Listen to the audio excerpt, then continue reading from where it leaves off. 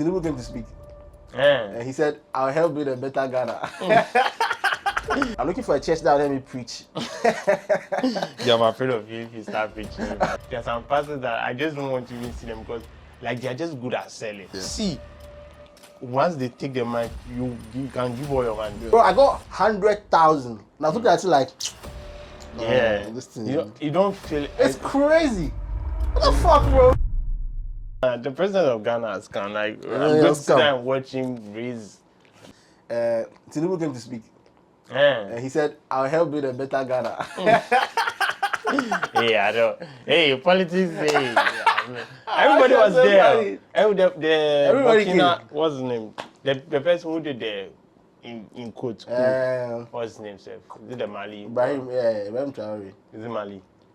No, Niger. Not Niger. Was it? No, the Niger one. There was another Burkina Faso. I don't know. What's Burkina Faso? Yeah. The guy who he had a gun. He went to greet Mahama with a gun in his at his side. Yeah. Okay, the young man. The young man, yeah. Yeah, the one that the girls are saying it's fine. But yes, of course, it's great. You know, if anybody feels like you understand? Well, I guess it's wanted. Yeah, he's like Rollins back in those days. He has to always have a gun. Yes. And you know, a good find way to choke him. You see that video? What? Hey, do you want us to go to political house? Oh, it's out there. It's not like some secret thing. So say it. Say it in another way. You could have just had a discussion. I had a discussion with, I think that was the American government. One of I saw. think I saw. I didn't watch the whole thing because I don't care. But a lot of the stuff I've seen was that like he was kind of telling them that all these countries that are trying to get away from the US and stuff, their influence. Basically tricking them. Me? I'm sure Ibrahim Traore, him coming to Ghana is very strategic. Like he didn't just come and watch immigration. He tried to align properly with. But Ghana is very, very aligned with all these superpowers because we have borrowed money from all of them. Yeah, apparently a lot. And now they say the taxes and things that you want to cut off, they can't really cut it off like that because they're never able to do. Sure. Well, Ghana, for you think that. Well, you know what I always say. I mean, nobody's coming to save you. I'm not coming to give you any like presidential or motivational speech, but do you, man? Me, I'm here. I want to make bank. So, the only thing that will change is that their children will make more money. I saw this. I think MAHAMA's son organized there was a boxing event. I think it was a son. Oh, I mean, he has been doing he even does he's into football. I forgot it's a football. Oh, football management, yeah. Yeah, ran as a football manager and stuff. So I mean, it's gonna make bank. So if you get the chance, you just align yourself with him, and then you. Well, lie.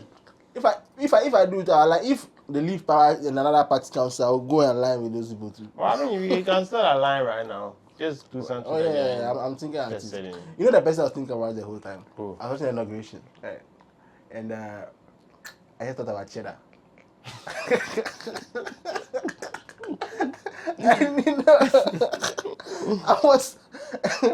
I was like, cheddar, this kind of thing, this inauguration, presidents, this is all that you wanted in life. Like, I swear, it would have been the biggest inauguration we have ever seen.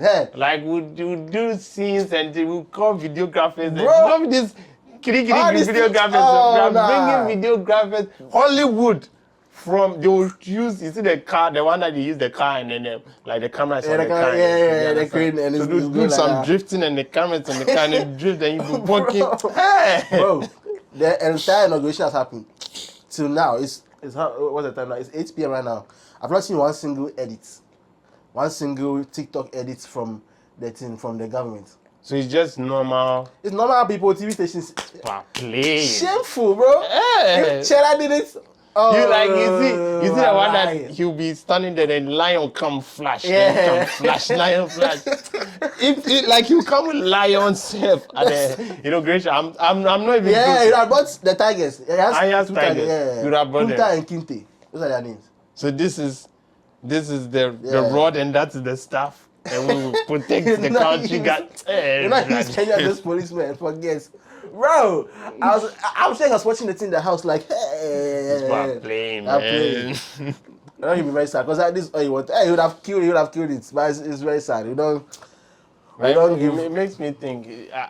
I feel like money will solve most of your problems, but will not solve all your problems. There are some things that you want that money can't solve. Like I'm talking about, even look at the Davido issue, the Grammy. Like he desired it, he wanted it. He could pay any money for it, but at that point, his money couldn't do anything. He went to Tyler.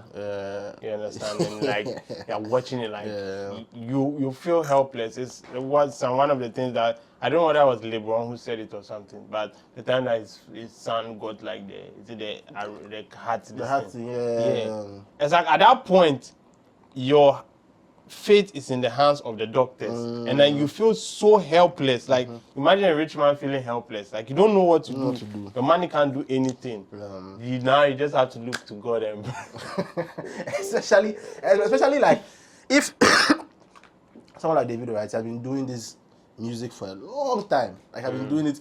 Like Davido is one of the people that built the foundation for Tyler to win the Grammy with that song. Like South Africans have won Grammys. They've won a lot of Grammys, but it's for like jazz or that kind of music. But what is Afrobeat? A lot of people will say that it's Afrobeat, and for her to win that thing, she stood on the shoulders of Davido, even though it's not very, she won't go that high. But that's a good joke. So like, for him to see that thing. And then he has all this money, and it's not just music money. Davido has like real, he comes from real money, right? And he can't buy it. Like some people are in the room and they say, "Nah, I won't give it to you." And all your life, you've been able to solve almost everything with money, and now they're like, you can't solve it. And the thing is that you are not the richest person in the room at all. That's yo. I feel like see a mindfucker. Like get a certain room and like I was watching a while ago, I think Logan Paul Impulsive, right? They went to I don't know if it was here I was saying this, but they went to an island. It's called Marbella. Marbella is I think it's in Spain. And on that island is like the richest people. Like everything, like the entire island is wealthy people, no broke people, right? So they said they went to an event, right? And then they are rich guys, but they were at the event, and then one of the guys said, "Oh, are you guys the entertainers?" And then that's when it clicked. They're like, "Oh shit, we are like the brokest people in the room. Like we are actually all these people are looking at them like, oh yeah, these are the boys that do the YouTube and stuff. Oh nice, that's cute." And then, like bro, like, it's a different level of money, Charlie. And it must be such a mental fuck when you get to that point, and you're like, fuck. And then when you get to a level, like let's say Cheddar, right? I feel like Cheddar has gone to a level where he has seen that, like he's trying to get into the position where the people at that place, right, they don't even need money. Like they don't have any money. They just have power. Like they went to the level where they don't have to buy anything because they've transcended that need to pay. Yes. They're like powerful people in high places. I think like he's trying to do that thing, but you know, rich bro. That's the thing. Like at some point, you see, right now I have the thought that he can basically buy anything he chooses, like almost anything. Let me just put it that way. So it gets boring. Like even the fact that you're even using the what do you call it, the YouTube. This and that, the numbers, like, oh, you wanted 10,000 subscribers, you've gotten it, boring. 100,000, you've gotten it, boring. Like, it gets boring. It's just like, now the money, it's so like, oh, okay, I can buy the wagon. It's bad, bro. Okay, I bought the wagon. Okay, 2 weeks, I've sold the wagon. Okay, I bought the Benz. Like, okay, I've done, that's it. And then now you get bored, and now that's when sometimes we are looking for love. Or something. You know, and like, then that like even love, like people don't even talk about it enough. Like there are times where it's not like it becomes like routine. You have to like be one of these storybook kind of laughs for you to always be beaming with passion and all that stuff. But like basically everything in life, and then the YouTube one, right, bro, the YouTube one is fucked up. Like YouTubers don't talk about it enough. I sometimes like they try to, but the YouTube is what made me understand when the rich people talk about like rich people or even people who travel to America and they start saying, "Oh, it's not like that though." Like, like it's what made me start understanding. So I'm like, bro, what the fuck? Like you can hit some milestone and you're like, 6 months ago this was like the craziest thing I thought like I wanted, and then it has come, and then 2 days later I'm like, okay, what are we doing? and then you're back to, it's like, it's really crazy, and then you can start feeling stressed, like if you, especially if you like you go on a high and then you drop another video and then it doesn't like hit close to what you're like, bro, fuck, yeah, it's my career finished. Bro. This January, have you done a video this January? So yeah, so like I've not dropped, but like I've gotten to a point that okay, I'm attached to the process, like when I'm doing the journey. So, but the outcome, it's difficult, but like you just have to like don't be attached to the outcome, because now imagine like you spend a whole, yourself you're putting 3 videos. Yeah. Imagine you spend a whole week on one. And then it doesn't like just put yourself in Mr. B's shoes. You spend a whole month on one, and then he hits that. Of course, it's going to be like. It'll be sad, bro. Yes, everybody is going to be sad, you know, that kind of thing. So yeah, and then like gets to a point like the numbers, they don't. It's like they don't move you, especially even let's say on TikTok, like you just don't know how much. Like let's say if you see 10,000. Like views on TikTok, like that's 10,000 people that just watch, but you don't feel it. TikTok, you don't feel the it. Worst cry. It's the worst, bro. I got 100,000. Now people are actually like, yeah, this thing. You don't feel it. It's crazy. What the fuck, bro? It's just normal. It's like, some treadmill stuff that like they have you on, and the thing I don't like about TikTok is a lot of big creators complain about this. See, like TikTok is for you page. Like that's all that matters. On YouTube, right? When you open YouTube, you scroll, you see a thumbnail, the video will start playing a little bit, and you say, okay, I want to watch this video. You press on it. On TikTok, there's nothing like that. What they give is what you watch. So that creator, I've seen some creators say that like they had that huge, they can have like 9 million followers on TikTok, but the algorithm can just like cut you like. So you go to that page and you see 3,000 views, 5,000 views, and you don't understand. It's not like YouTube where there's that investment, so people can search for you if they're not seeing you. They can just cut you. Like if the algorithm on TikTok decides to just cut you, you are done. Like they can like just cut you up like that. And if people don't search for you, and people on TikTok are not like, TikTok is like fast food. Yeah. You know? They are not invested like that. They're not invested like that. It's a few. So like even the big, like the Charlie D'Amelio, those people that have 150, they people blew up during the pandemic, right? Like it was happening to them. Like this girl she had like 150 million followers, but her videos were getting 500k, 300k, and on TikTok that's nothing. On TikTok 500k is not. You can literally, TikTok is crazy. It can make you and then break you like this. You can literally go. I've seen a video, bro. There's this video last year of this strawberry thing. Somebody was put a strawberry in front of the camera and was like moving to a song. Yeah, is it a chocolate strawberry? Millions, like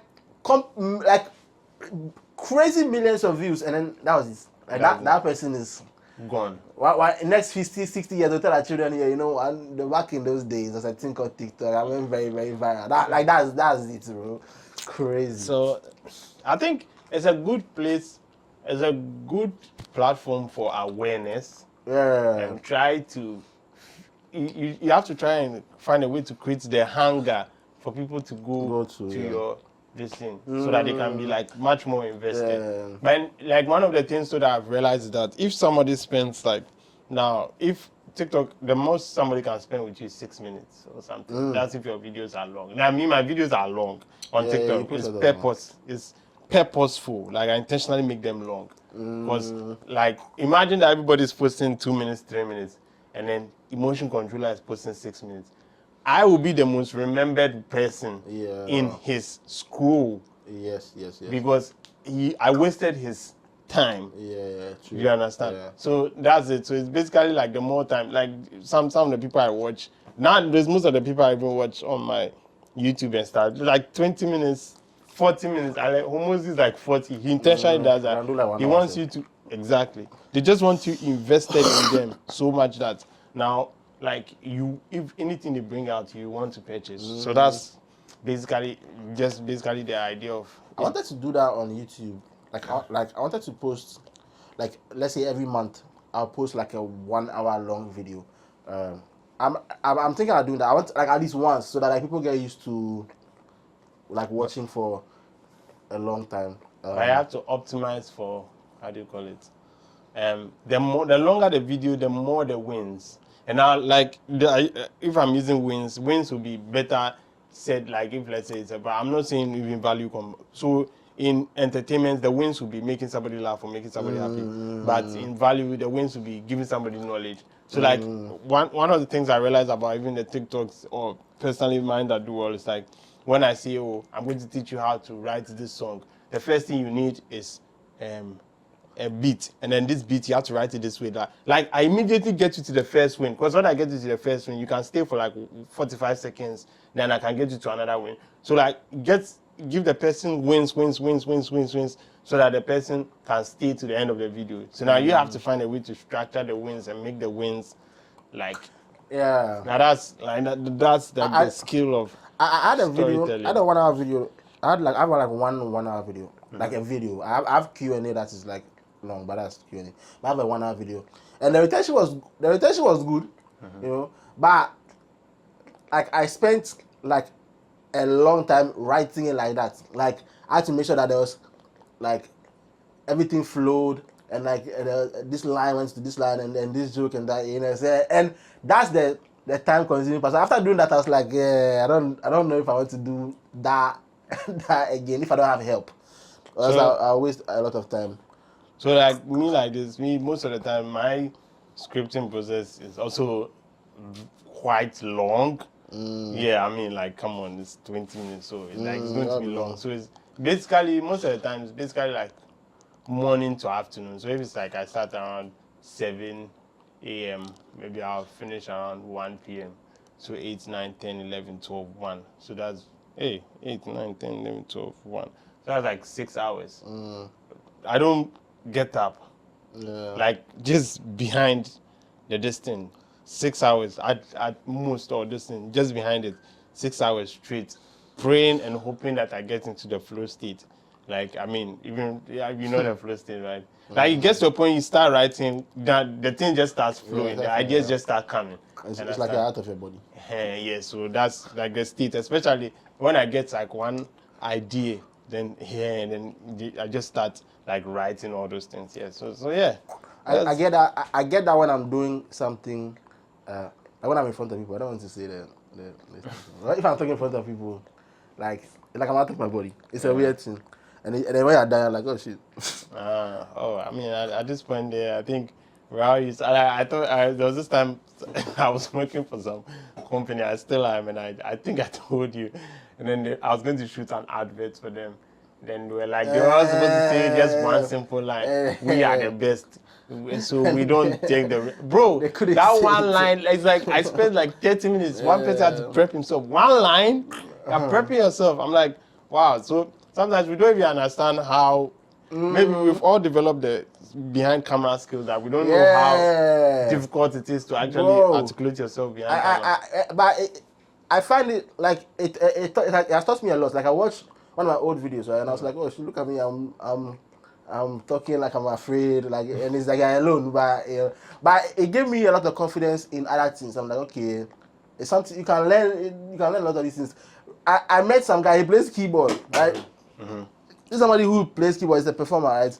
And then I put my camera. I was like, yeah, okay. Like he came to me because he watched the channel, right? He came. He was like, yo, what's up, right? So I wanted to take a video of him, and bro, I put the camera on him, and he was like, I changed, and then he told me that Charlie, I'm camera shy. So and I didn't understand it. I was like, why are you? What are you camera shy? And then I was like, oh, okay.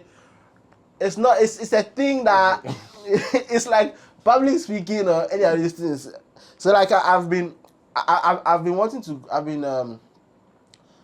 want to go. I've been trying to go to a public speaking class recently. Yeah, I want to do that because I'm not I'm not good at it at all. Public speaking. Like I can hold my own, but it doesn't flow. I don't know. It doesn't flow like that. Yeah, I can do it, but okay. I want to. Behind camera is different from in front of people. I've forgotten. Yeah. In front of people, you can't edit. You can't edit yourself. You guys, if you say something wrong. You see, like if you say the wrong thing, public speaking, it's a skill. There's a skill where you can like play it off. Like if you're performing and you make a mistake, right? At this point in time, you just make it look like it's part of it. You know, and so like doing the camera thing is what gave me confidence. I'm like, okay, if I just do it, one day I'll look at like the old videos and say like, oh look at me, I'm shy, but like at some point I'll just be doing it like it's normal, you know. So yeah, I want to like. I'm looking for a church that will let me preach. Yeah, I'm afraid of you if you start preaching. Oh, no. Take that route. You know the route I'm talking about. Okay, it's true. If I see that it's working, so... I mean, like, the thing is that, I don't know, like... I'm going to need you to pick up a seed. Bro, there's some like I was telling my brother, there's some pastors that I just don't want to even see them because like they're just good at selling. Like me, I see it as okay, fine. It is like sales, yeah. See, once they take the mic, you can give all your money. Like they are good, and it's a skill that you have to learn. So me, that's one of the skills I've been learning, like how to sell. You bro, understand? There's one trick I learned from some pastor here. Has been in my head till today. He did fundraising. No, he did all the fundraising. Collected a lot of like you see when they put envelopes on the floor, the envelopes were like on the whole floor. Then the last thing he did, I swear, bro, he knelt down. He took 2 envelopes. He took a number of envelopes. Right? He knelt down. He said, "These are 11 envelopes. 11 days. You want God to do something for you. 11 days. Come out right now." And he mentioned some big amounts. 11 days. You're sitting down over there, and I was like, I was playing keyboard. I saw that. I was like, this guy is the greatest. Like. And 11 people came and took his, bro, the money was crazy, like it was like 10,000 or something like that. So I'm like, this guy just got 110,000 Ghana cedis after collecting all this money because he puts like a time limit on the thing. I was like, to this day, that is always in my head. If I ever become a bad pastor, well, this was not even about bad pastor, it's about sales. It's urgency, scarcity, value, perceived, the desire. You have to. That's exactly. So if you watch exactly a lot of the gurus, let me just see the gurus. They do this thing. It's a format. Perceived desire, reduced effort, more value. So if you want to learn how to play the piano with no effort at all, if you want to learn how to play the piano very fast, like. Perceived value first, low effort. Lose weight in 9 days. In 9 days, low effort, fast. Then we now draw the benefits. But the thing is that one of the skills is that never reduce your price. So if I say, okay, I'm charging $1,000 for a piano course or $1,000 for anything, right? Like you, right now, if I say it, you probably might hesitate. Yes, yeah. Right? But if I say, okay, with this course or with this thing that I'm going to do, right, I'm going to bring, what's his name, the guy who did the Gladiator song, what's his name? Hans Zimmer. Hans Zimmer. Now we are free. When I finish, I'll bring John, but busy Basit. John Baptiste, the piano guy. Yes. Yes. When I finish, I'll bring Justin Bieber so that you'll be playing along with him. Blah blah blah. I mentioned all those things. Yeah, now the $1,000 is too small. Yeah, it's become too small. Yeah. Exactly, because of like now the perceived value. And now if right now I come to you and then you see a Range Rover and I say I'm selling the Range Rover 10,000 cedis, would you buy it? No. Fuck no. You will not buy it because you think something is wrong with it. Wrong with the career. It's too good to be true. It's too good. It's too good to be true. Yeah. But the thing is that if now you say okay, fine, it's too good to be true, but you don't just like neglect it. You just call your mechanic or 5 mechanics. They all come and check, and they realize that there's no fault. 5 mechanics from different places, they all come and check, and you realize that there's no fault. Then it will make sense. Then no, it will make sense, and you still feel like it's too cheap. You understand? Even if you don't have that 10,000 cedis, you find a way to get that 10,000 cedis to come and buy it. Yeah, definitely. You understand? Yeah, of course. Yeah. So that's like basically the art of sales too. It's just perceived value. So if I can make myself seem value, if I can make God, I'm not saying God, but if I make God look very valuable into the eyes of the audience, God can do anything for you. Anything you desire, brother man. How much are you going to place on that anything? That's when you like they rush to the stage. So it's just sales.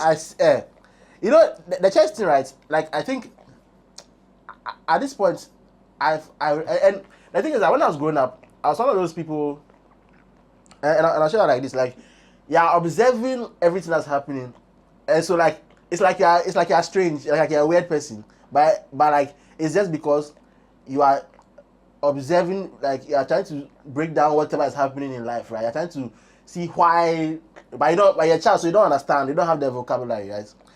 And so the church thing, I think I learned it.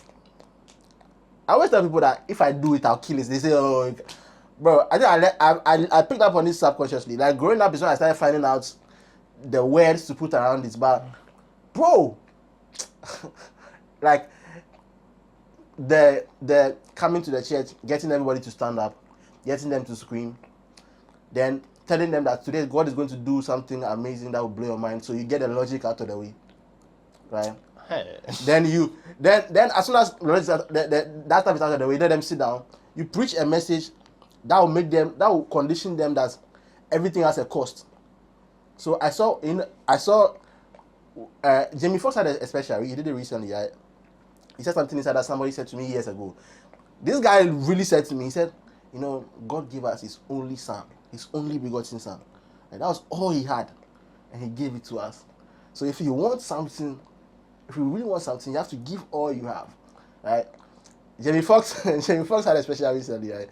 And he said, he got a stroke, all that stuff. And he said, like, God, why did you do this to me? Look at my kids. Look at what happened to my kids. And he said, God said to him, look at what they did to my kid. That's my only son. Bro, I turned the shit. I was like, I almost slapped him through this thing because he was clearly trying to fish for like preacher applause, right?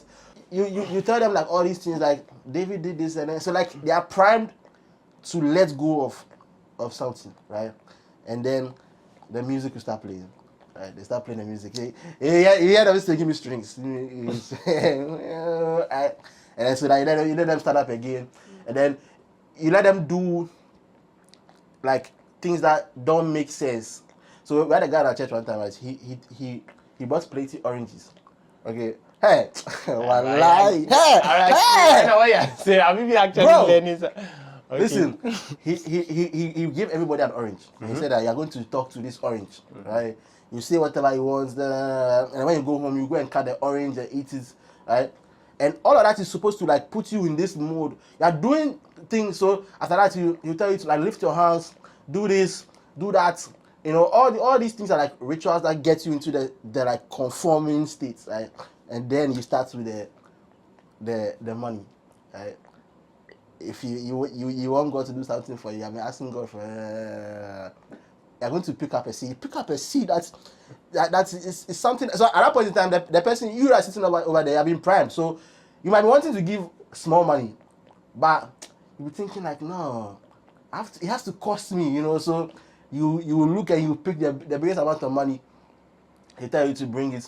Then they'll start from the big. They'll say something that will shake you, like the price thing you're saying, right? So like you hear all these $1,000, and you tell people to and you shake like, hey, Charlie. And then one person will stand up. You know how human beings are. One person will go, then another person will go, then another person will go 10,000. And you that has you have only 1,000 cedis, right? You have seen these people go and like give $1,000. They haven't gotten to your level yet, too. So you have seen them go. So in your mind, you're like, Charlie, So they start from the high ticket before they go to the low. So by the time they come to you, you're like, okay, I don't have $1,000, but like Charlie, I want to also, you're going to give all your money, bro. And you see, the thing is that I'm not saying that it doesn't work, cool. I like I used to say that, but I don't say that anymore. Some things can work for you depending on like, because you can give them money, right, and it can ginger you, and you go and work hard, and the hard work will give you the money, right, and you can attribute it to it. I don't care. You got what you want. You get what I'm saying? So it's all about the ginger that you get. But as far as the tactics that you need to get your money, is the best. Like if I were to do it, millionaire, bro, millionaire. I understand why, like, there are some sales guys, the best sales guys, most of them, they say they don't really believe in. Like Moses says he doesn't really believe in. It's not that they don't believe. No, he says it's not religious. Yeah. No, it's like maybe you've studied this sales shit your whole life, and then you go somewhere, and then you can pinpoint all the tactics in, like, hey, I just used that last week, I just used that last week, and then you're like, oh, okay. But you see, the thing is that as to how they used to get the results, we're not talking, because obviously I'm a Christian, I believe in God and all those things. We're not talking about the results. No. Yes. Okay, right now it has gone on, but let's talk. Yeah. We're talking about the process in which they used to get, what this thing, which, I mean, like, kind of like, if not, it's called conditioning. Yes. And like in marketing and stuff, most of the time you don't start selling to cheap people first. You start selling the most expensive you can get to see what the price you can charge before you start. Because now if people can pay 10,000 Ghana cedis, the rest of them can pay lower. So it's just, I'm looking at them like, well, another thing is coming to my mind. You know, like the people who have the power, right? That's another thing too. So like when they call somebody, right, and they're like, you come, and then they'll say, I'm seeing that you are in your workplace. There's a woman called Anita. Is there an Anita in your workplace? They say yes. Right. You in the audience are like, hey, Charlie. Crazy. This Anita, you were supposed to get a promotion last year, but then a promotion went to Anita. Right, yes. And then, like, where's the workplace? You say the workplace, right? And then you say, I'm seeing right now that promotion, the interview is coming up again. And you're supposed to get it again. And that Anita has gone before you. But that Anita is still trying to block you. She blocked you the first time. She's trying to block you right now again. Right? And then they'll say something. Can you realize that these days when you go to work, this Anita, they're not talking to you, you say yes. And then the person will start adding on. Yes, when I went to work, last time they don't talk to me again. Then the pastor will say, okay, I'm about to pray for you. They have done something to you. They have taken it from you. I'm about to take it back from you right now. They can even tell the whole church, let everybody stretch your hand and let's pray for this person. After you finish, this is the hook. After you finish, they'll tell that person, pick up a seed for it to be sealed. Right? Pick up a seed. At that point in time, you've seen the person, they've built the social proof, right? The pastor has built a proof that like he can see in the realms and stuff. But the thing that seals it in your mind is the money, right? So at that point in time, once they ask you for, they say bring it, you're done. Like you will bring the money, and like the thing, this is another thing too. Like a lot of churches, right? Me, if I had a church, right, I think there are a lot of legitimate ways to. You can get a lot of money without doing any of these tricks, but we just will not get the private jet. You understand? Because the thing about religion is this: you look at church, right? Sometimes you see a person, a young man, they don't have anything, right? But they started a church, and usually like they start it in some classroom or some place, and they have like 3 people who are coming to the church all the time. But they're so dedicated. Like that's how religion is, right? You are so dedicated. They're doing it so much, and then in a couple, like every year they expand and expand and expand. They build these people like that are very, very loyal, right?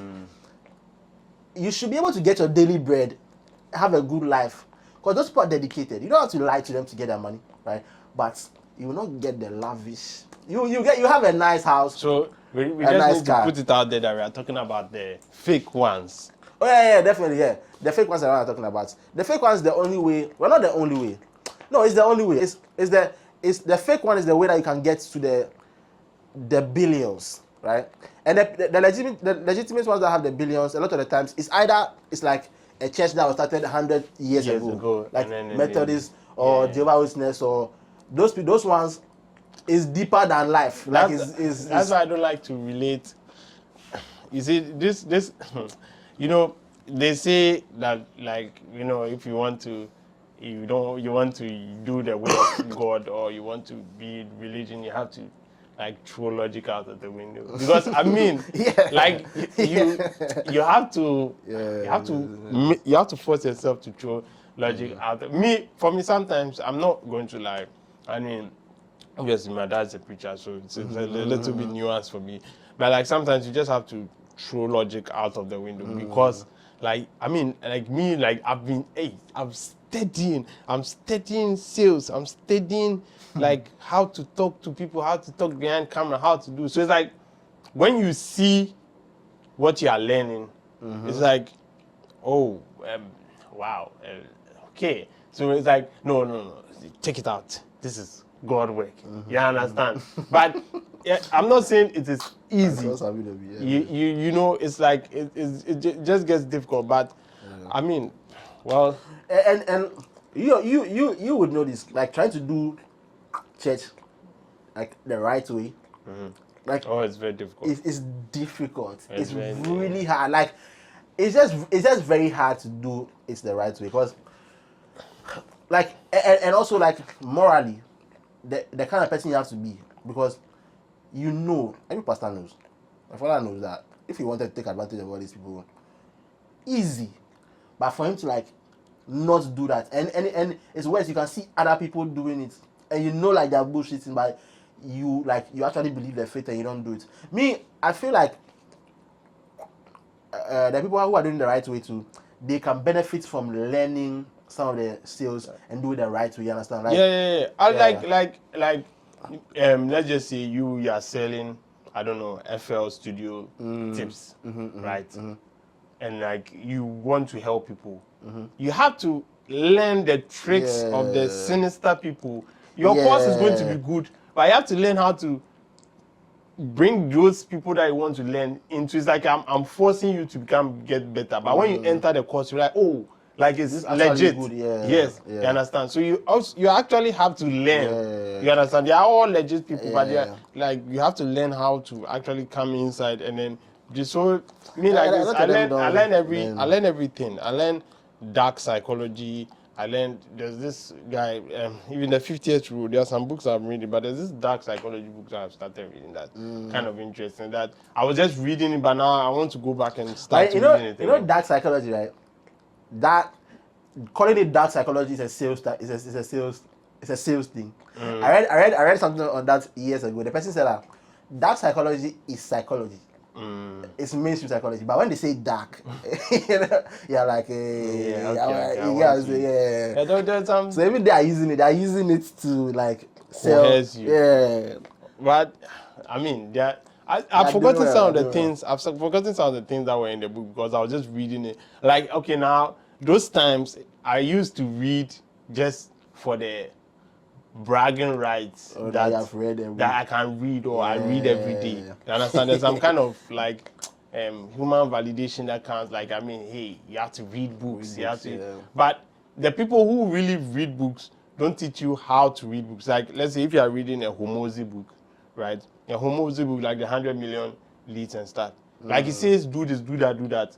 You literally have to write down notes and go and do this, do that, do that. You don't just like, especially some self-help books, you don't like read it and then that's all you've read it. No, you have to read it, and it says do this, do that, do that. You have to do that when you come back. So you come back to the chapter, read it. Like, don't rush to read 2 million books in a year. Like, if it is one book that you are mastering, master it, practice it. You understand? So that's like the kind of new reading tactic that I've been doing. So most of the time, nowadays, if I read, like, there's this book I've been reading, I think the story, I mean, I've been trying to like improve my storytelling. That I mean, somebody will see him like, oh yeah, good story time, bro. You know the reading I do. So like, there's this book that I've started reading. I think like story animal and stuff. I just want to see how to like tell better stories. You understand? So like, I think when I read it, if I find some information, I just write it. So it's like I'm taking my time. I just don't want to like rush and say, oh, I've read the book. But I'm not. I'm also see human validation is everybody. Sometimes you see me, I post on my status. It's like the edge to not post. Not post on my status. So I try. I mean, there are a lot of things that I could have posted, but I don't. But I just want to be the comedian, just post funny shit on my status. I don't like. I think it's good to post that stuff because there's too much nonsense that goes around. No, but if you post that stuff, it makes you feel like. You see, me, this is the problem. The problem is like, it makes you feel good that you are doing something, but like you are not doing something. Like, I don't know how to put it. Like, if I say I'm going to be the richest guy in the world, when I tell you and you say, wow, that's nice, you feel good for saying that but you are not doing what the richest guy in the world would do. He probably might not say it. He probably is not sleeping. He probably might be stressed because there are a lot of people who want to kill him. He probably, bro, you see Elon Musk, every time he's holding his baby, you know how he's holding his baby to his head. Protection. Going to public places. Just watch, you've seen that there was a tweet like that, said, just watch his videos, every time he's working with his son in public places, he's always doing this. That's crazy, man. Like using the channel that he was showing. Yes, and I'm sure it's when like bulletproof. Yeah. So it's like, what a life. So it's like, oh yeah, hey, I love you. But if you go, I loved you. The sniper's over there like, oh, we can't get a shot, guys. Man, he's moving too much and the kid is in the way. You understand? So it's like, oh yeah. So, but somebody said it and I was like, nah. Every time this nigga has put this guy on his head and he's like playing with him, his child in public, I love you so much. Oh. But you just realize, I'm like, oh. One day the child will grab and see the tweets. And you ask the father to be a very, very tense conversation. I mean, like, just know, I needed to save the world and their prices had to be paid. Like, no, just know that for him, some niggas want to kill him. Definitely. Like, come on. He's in politics. Yes, like, you are fucking up my oil. You fucked up my oil. And those people are very powerful people too. Bro. Big oil is very powerful. Like, those, and everybody who has gotten to the billion, almost trillion, doesn't really care about making someone lose their... Nah, they are ruthless. You know, it's like, at that point, you have done, like, even to get to that point, you have done some, there's no, like, how do I call it? Nah, holy... There's sometimes there's no ethical billionaire. Sometimes I used to, believe this guy's a kind of, but I look deep and I say, bullshit. No. Like can't be ethical. The one that they use, the charity is the funniest one. Like, he has opened this thing, get that. And just for tax. So tax myself, bro. Yeah, like, you can't be, like, you can't. Like, even, look at it, I don't want to start to see because maybe they have more power to just take down the video and say, okay, capture their face. That's all. You are done.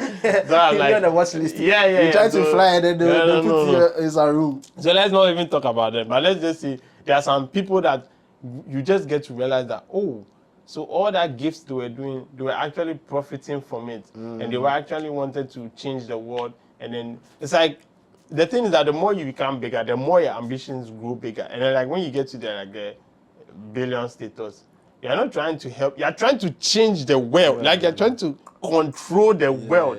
It's not like, I want to just be rich in my country. No, world. You want to shape the world. You want culture. to put. You want to like move people in some direction and feel like you are like a puppet master. Yes, you did this. You did that. You changed the mind of people. If you want to clear some ethnicity, you can't. You have the power to. You understand? You are well protected, and it's like, okay, if I die, I die. You watch that video of some Russian and Ukrainian, they fought to the death. Nah. Oh, you didn't see it. It was trending on Twitter. Like they were all shooting, and their bullets finished. So it got to knife. And then the Ukrainian guy died, but he had a GoPro, so we saw everything live. Really? And when they finished, they did post match interview. Now let me break everything down for you. Is this supposed to be a funny video? It's not a funny video. It's a real video. It's a real video. Really? Like it's sad. So the Ukrainian was going, like he was walking through the street. I mean, it's a war zone, and then I think he didn't scan the place that he was in. So there was one Russian guy in one of the buildings, right? And then the Ukrainian was going on, and the Russian guy started shooting, bah, bah. So he saw it. Then he also got, oh, bah, bah. So they started shooting. They were shooting, and then it seems like the Russian guy hit the Ukrainian guy. I don't know where exactly he hit him at. So he was hit. But now, no, so the Ukrainian guy saw that the Russian guy in the building. So he removed a grenade and he was throwing it, threw it in the building. When he threw it in the building, if this is the building like this. So he was standing here, he threw it in the building, and the Russian guy came out and came to him, approached him. By that time, their guns, everything was finished. The bullets was finished. So then the Russian guy came, they started fighting. Then they all took their knives to the ground. Then this guy's trying to choke, this guy's trying to choke. They're like adrenaline rush, and the Kenyan guy is shouting. He was saying some words, and so he was going to choke, then the Russian guy it seems like the Russian guy was very experienced. He just bit his finger with all his might. Then the Kenyan guy seems like he lost a little. This is about grip strength. Yeah. So he lost a little grip. And then the Russian guy had his dagger, you see those knives, it's like cutlass, but it's dagger. It's large. So he just slash the throat. So when he slashed the throat, the Ukrainian guy saw that he was dying. It's like, then he started shouting his mouth. He said, yeah, leave me alone now. Let me die. Hey, Brian. Then the Russian guy was like, okay, you fought. Fuck. You fought. You fought well. You understand? That's Let me die. crazy, Tell my mama that I'm dying. Like when he said, tell my mama that I'm dying, I realized that, he's not, he's an experience, he's not as experienced as, he's young. You understand? For you to tell my mama that, hey, you understand? Or maybe he loves his mama, so he was just dying. So about a minute, he was just dying. You can just see the blood dripping. He's the one having the GoPro, so you can see the Russian, but you can see his blood dripping. You understand? And then after some time, the Russian just got up, just saw that like he was dying, just got up and just took his gun and then just finished it off for him. You understand? That's crazy. So, but the Russian guy, you see the Russians, some of them have an ethnicity that they look Chinese, they look Asian. You understand? Yeah, so that's how this one. So when they were done and everything, and the Russian guy went home, then they called him on like Telegram or something to give his post-match. Really? I'm not joking. I'll show you the video. And he was just saying about he said how he said the guy was taller than him, but he knew that at this point like if it's either he dies or he dies, so he had to psych his mind to the you think it's like someone just died, but you think you're watching. That's crazy. Like post-match, I was shocked. I was like, wow. So these are and like you also have to understand like this is war. Somebody just died. He just slashed somebody's throat, and then I was like, wow, that's crazy. That's war. That's man. mad. He'll never be the same, bro. Yeah, and reminds me of what Rollins said. Like, it's not what Rollins said. There was some guy that said something. He said, sometimes he fled the country, fled Ghana because Rollins wanted to kill him. And then, like, 10 years later, I came back and then they were cool. And I was like, I was like, the guy asked me why were they cool. I was like, it's the job. Like, the game is the game. At that point, he wanted to kill him. So, that is stupid. So it's like, I mean, okay. It's like, it's like killing is like a game. It's like a sport. It's like boxing. Yes. That's how they see it. So it's like you died. Sorry. You can't just now your loss is like you are dead. So you can't come out and maybe but we are cool. You died. You understand? Like no hard feelings. Yeah, you lost. That's how like if you watch the thing that you see like the Ukrainian saw that he's dying. Yeah. It's like and now you can leave me. You've won. let me die in Fuck, peace. bro. And then Russia was like, you fought. Like, That's you fought well. crazy. That's you did fucking well. crazy. You understand? And that, like, so it's like an interaction. So They if he was alive, he would have been like, oh yeah, that guy got killed me, man. Yeah, and like they could have met years later and it's be like, yeah, This is the job. Combat, yeah, you know. when the guys said that thing about Rollins, I was like, oh, okay. So just have a different way of thinking about it. Different kind of like just because you always wonder, right? Like, how do they get so conditioned to go to combat? You know, like when they come back from combat, they get depressed. There's this guy. He's a sniper. He does a lot of viral videos. There's an American sniper, and you see dark. he has dreads. He has dreads, I know him. Okay. And he was interviewing a guy, right? And the guy was interviewing him, and then he said like when he came back from like war, he was depressed. Like normal life is too hard. So the guy was like, "Wait, what do you mean?" And he said that if you're in war, right, you are hyper focused on one thing, staying alive. Right? So if there's a threat, you take them out. You do all these things. The government take care of your food. They take care of your everything, your housing, everything's taken care of. You don't have any debts, nothing like that. Healthcare, everything. Right? The only thing you have to focus on is staying alive. And if anything goes wrong, darkness. Right? That's it. Right? But in real life, he came back and he has to go shopping, he has to think about his housing, he has to think about all these things and human interaction. Like you go somewhere, go to the shop and somebody's being slow, you know. And like in the army, it's like that kind of thing is like it's a waste of time. And so like they get so frustrated with life that some of them go back to war. Right? And then the interviewer was shocked. I was like, no, the soldier was shocked. The interviewer was telling him that like that's crazy. He was like, really?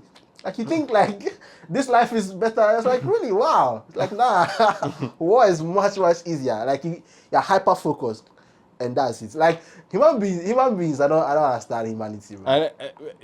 There's like if you die, you die. Yeah, you're gone. that's it's it. either you die and then you know that like, bro, your legs are blown. Just end it. End it. Yeah, that's it. You fought your good fight and just bounce. But you can't. Like life, you now have to deal with all these things. I mean, you have to dream. You know, they have a lot of dreams about the people that they killed. Like any soldier interview I've watched, they always say that they remember every single thing. They remember every single person. They see them in their dreams. So they have to do a lot of therapy. So they have like therapy dogs and stuff like that, and they have PTSD. And when you come back, the government doesn't take care of you that much. Like they don't take care of them very well. Even the Americans would just complain. Imagine. Imagine. There was one that I can't say here. I have to tell you of like. Why was it like very? Like all that PTSD that you see. Like one of the things that the soldiers were afraid of was Afghanistan, and then what they saw, like. It's not about even people slashing throats off and all those things. The reason why I can't say it because it will be flagged and shit. So when we are done like this episode, I think we have spoken at length. It's almost nice. Yeah. So I mean, guys, we have spoken at length. We have spoken about war and all. I mean, this has been the Mars podcast. Yeah. This is Let's Play. That's control. Yeah, and we're out.